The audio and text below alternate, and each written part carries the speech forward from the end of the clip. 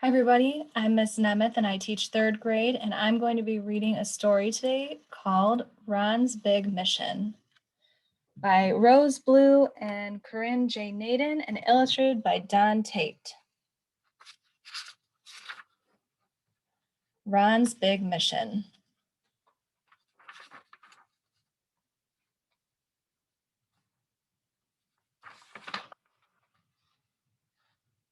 You're up early this morning, Ron. What's the rush? Asked Mrs. McNair. Come and have your breakfast. I made some oatmeal. I have to go, Mama, said Ron, tying his sneakers. I have something to do this morning. You always have something to do, said his mother with a smile. Just be home by lunchtime, okay? Ron was 9 years old. That morning, he left his house with a plan. He'd been thinking about it for a long time. It was a beautiful South Carolina summer day, and Ron looked up at the blue, blue sky.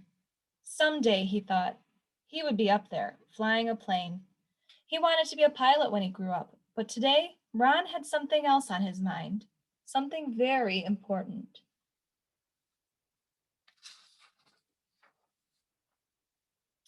Ron walked down the street as fast as he could. He didn't want to be late. Hi, Ron, the grocer called from the front of his store. There you are, just in time for a donut. Morning, Mr. Douglas, said Ron. Thank you, but there's someplace I've got to be. And Ron kept on walking.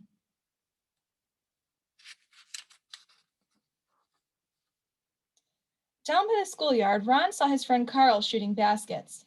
All right, you made it, called Carl. Hi, Carl, said Ron.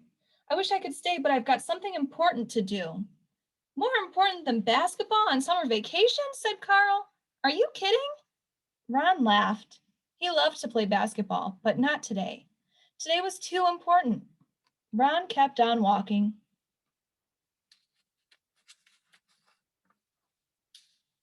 When Ron got to the Lake City Public Library, he stopped. This was it. He was hot from walking so fast, and he was nervous too. He took a deep breath, lifted his head high, and went inside.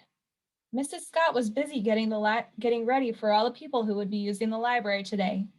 As the head librarian, she had to make sure that everything was neat and orderly. Mrs. Scott looked up to welcome her first visitor of the day. She smiled as Ron walked in. He was her best customer. Ron gave a little wave to Mrs. Scott and went right to the shelves.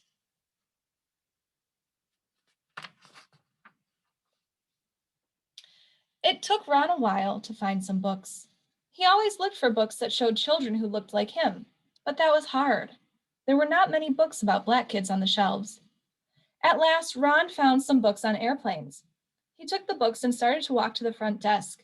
Ron felt nervous and his hands felt a little sweaty, but he knew what he wanted to do. Mrs. Fielding, a white lady who was often in the library, stopped him. You can give me the books, and I'll check them out for you, Ron, she said gently. No thanks, Mrs. Fielding, Ron said. I'm going to do it all by myself. But Ron, she started to say.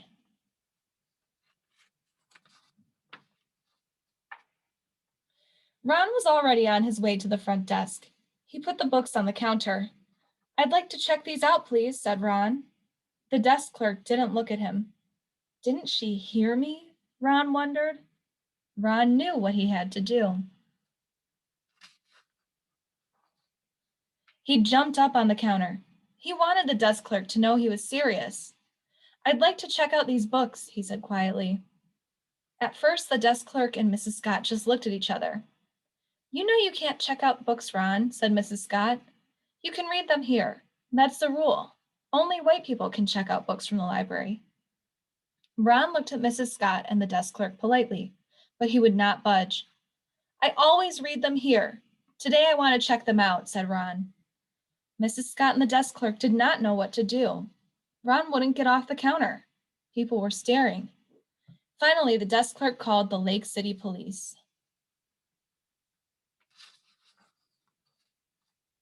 Two policemen came right over. Let someone check out the books for you, son, said one of the policemen. You know the rules. But Ron just shook his head. He would not budge.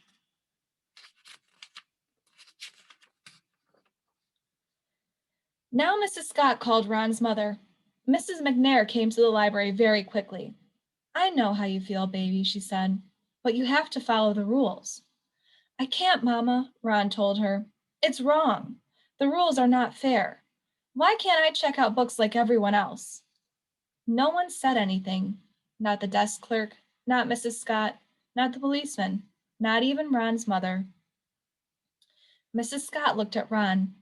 She thought about all the times that Ron had came into the library and all the times he sat at the tables for hours, looking over so many books. He was her best customer, and she knew what she had to do. Mrs. Scott walked back into her office and started writing. Ron wondered what she was doing. Mrs. Scott returned and handed Ron a library card. His library card. Ron looked at Mrs. Scott and smiled. As he jumped to the floor, he thought he saw her smile too. I'd like to check out these books, please, he said, handing the card to the desk clerk. The desk clerk took his library card and stamped the cards in the back of the book. These are due back in 2 weeks, she said. Ron smiled. Thank you, he said. He tucked the books under his arm and took his mother's hand. Together they walked home. Ron couldn't wait to get to his room and open to page 1.